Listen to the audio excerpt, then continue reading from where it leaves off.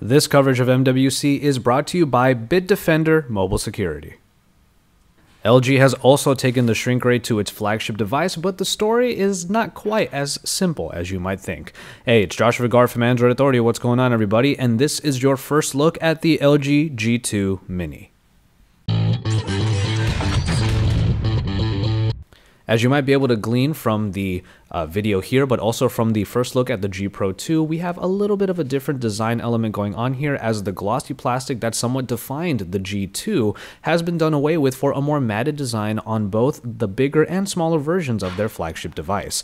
What we have here is a very small phone at 4.7 inches in the screen, and also with a very light weight of 121 grams. This is definitely a phone that is very easy to use in one hand and is quite refreshing. The display, as I said, is 4.7 inches and is a QHD IPS display that comes in at 960 by 540 resolution. Now, you might think that that resolution is a little bit lower than you would want. However, what LG was very keen to tell us was that the G2 Mini is not geared towards the people who want the flagship specs inside of just a smaller body. They're looking to create the G2 Mini for a demographic that isn't looking for the high specifications and is an entry point for all of those who want to get into LG's camp.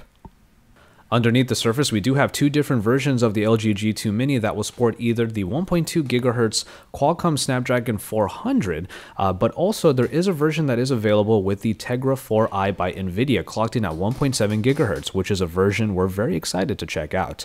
As far as the other bits go, you do have 8 GB of onboard storage on there, with 1 GB of RAM and an SD card slot to bolster that onboard storage. And as far as the battery goes, it is a removable 2440 mAh unit that for a device of this size should be able to give you some good longevity.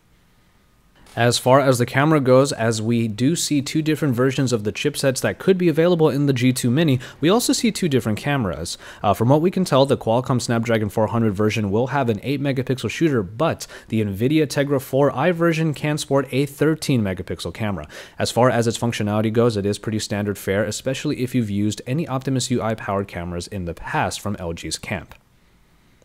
And finally, when it comes to the software, we still have the same version of the Optimus UI that you will find on the G Pro 2 and updated in the original G2, along with all of the enhancements that LG is planning on putting into it, including the updated knock-on feature called the knock code, which we had a lot of fun using in order to easily unlock the device in a very unique fashion. However, the Optimus UI is in need of a bit of a refresh, especially considering its in-your-face features that pretty much take up a lot of the real estate on the screen. Especially on a screen as small as this, you might find that the Optimus UI is a little bit much for some. We do see the value in LG creating a device in the G2 Mini that is not necessarily the most powerful device just packed into a smaller form factor, but is a device that many people can use as an entry point into the LG line. And the G2 Mini is a good representation of what LG can do when it comes to their great smartphones. So keep it tuned to Android Authority for all of the best coverage, including our coverage of the G2 Mini and for the rest of the Mobile World Congress here at Barcelona, Spain.